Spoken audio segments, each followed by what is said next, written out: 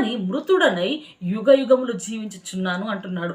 మనము కూడా క్రీస్తులో ఉండి క్రీస్తులో మనము చేర్చబడిన తర్వాత పాపములో చంపబడి క్రీస్తులో బ్రతుకుతే కూడా మనము బ్రతికిన వారమై ఉంటున్నాం కాబట్టి మరియు మరణం యొక్కయు పాతాళ లోకపు యొక్కయు తాళము చెవులు నా స్వాధీనంలో ఉన్నాయి. హల్లెలూయా. ఏందట, ఒక మనిషి మరణించాలన్నా, ఒక మనిషి చావాలన్నా ఇవి తాళము చెవులు ఎక్కడున్నాయంటే పరలోక రాజ్యంలో దేవుడి ఆధీనంలో ఉంటున్నాయన్నట్లు.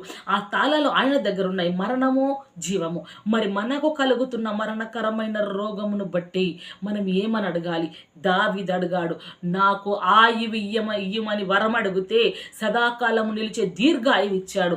అక్కడ ఎందరు మందిని భక్తులను చూసాం కదా, దీర్ఘాయువు దయచేసి తరతరాలు చెప్పుకున్నట్టు దయచేశాడు దేవుడు.